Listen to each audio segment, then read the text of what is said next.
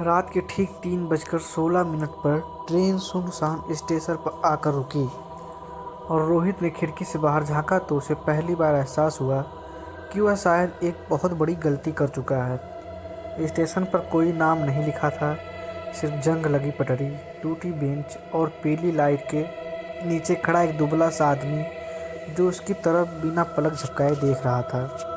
रोहित ने सोचा शायद वही स्टेशन मास्टर होगा, लेकिन उसकी आंखों में जो खालीपन था वह किसी जिंदा इंसान जैसा नहीं लग रहा था।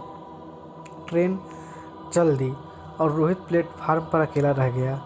मोबाइल में नेटवर्क नहीं था और चारों तरफ इतनी खामोशी थी कि उसे अपने दिल की धड़कन कानों में सुनाई दे रही थी। यही वह गांव था जहां उसे नौकरी मिली थी, सरकारी स्कूल में मास्टर की पोस्ट, और जहां पिछले मास्टर ने अचानक आत्महत्या कर ली थी। गांव का नाम था सिरसिया, लेकिन यह नाम किसी ने उसे सीधे नहीं बताया था।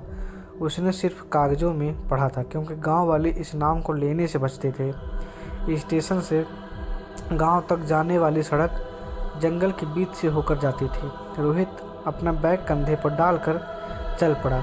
रास्ते में उसे बार बार ऐसा लग रहा था जैसे कोई उसके पीछे चल रहा हो, लेकिन जब वह पलट कर देखता तो सिर्फ पेड़ों की परछाइयाँ होती। हवा में अजीब सी सड़ांध थी, जैसे गीली मिट्टी में कुछ मरा पड़ा हो।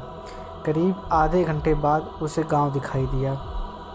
कुछ कच्चे पक्के घर, पीली बल्बों की हल्की रोशनी और बीच में एक बहुत पुराना बरगद का पेड़, जिसके नीचे एक मंदिर जैसा ढांचा था, लेकिन उसमें कोई मूर्ति नहीं थी। जैसे ही रोहित गांव में घुसा, उसे हर खिड़की से झांकती आंखों का एहसास हुआ, मगर कोई बाहर नहीं निकला।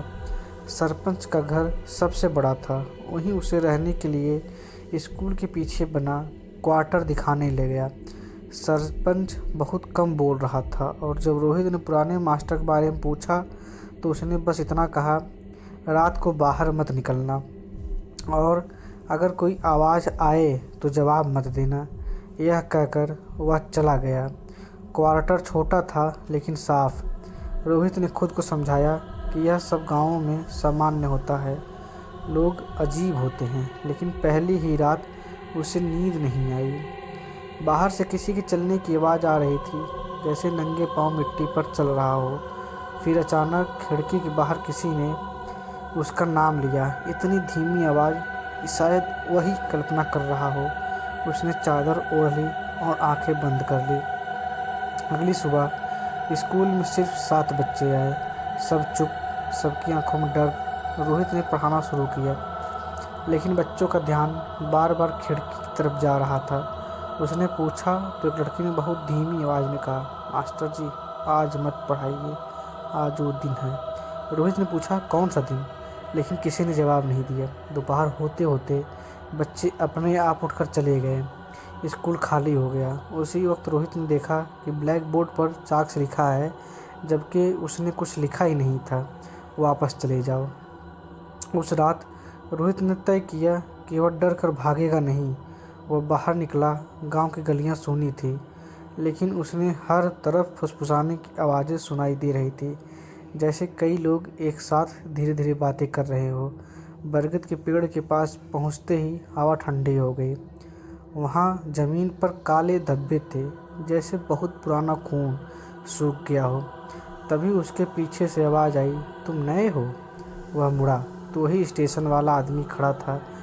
इस बार उसने बोला, यह गांव जिंदा नहीं है, यह बस चल रहा है। इससे पहले कि रोहित कुछ पूछ पाता, वो आदमी अंधेरे में गायब हो गया। धीरे धीरे रोहित को पता चला कि हर साल इस गांव में एक नया मास्टर आता है, और फिर या तो वो पागल हो जाता है या मर जाता है। कारण कभी किसी ने नहीं बताया। एक बूढ़ी औरत ने उसे चुपके से बताया कि सालों पहले स्कूल के नीचे एक कुआं था, जिसमें उनके बच्चों की लाशें मिली थी। किसी ने उन्हें मारा था, लेकिन कातिल कभी पकड़ा नहीं गया। स्कूल बना दिया गया, कुआं बंद कर दिया गया, लेकिन जो बंद किया गया था वह दफन नहीं हुआ था। एक रात जोर की बारिश हो रही थी, बिजली कड़क रही थी। रोहित को लगा जमीन हिल रही है। वह स्कूल की तरफ भागा।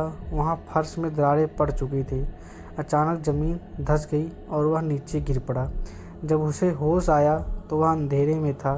चारों तरफ बच्चों की सिसकियां थी। आप भी मास्टर हो? किसी ने पूछा। रोहित चीखना चाहता था लेकिन आवाज़ नहीं निकली। अंधेरे में सैकड़ों आंखें खुली। अब आप हमें पढ़ाओगे? आवाज़ें एक साथ आई। सुबह गांव वालों ने देखा कि स्कूल पूरी तरह ढह चुका है।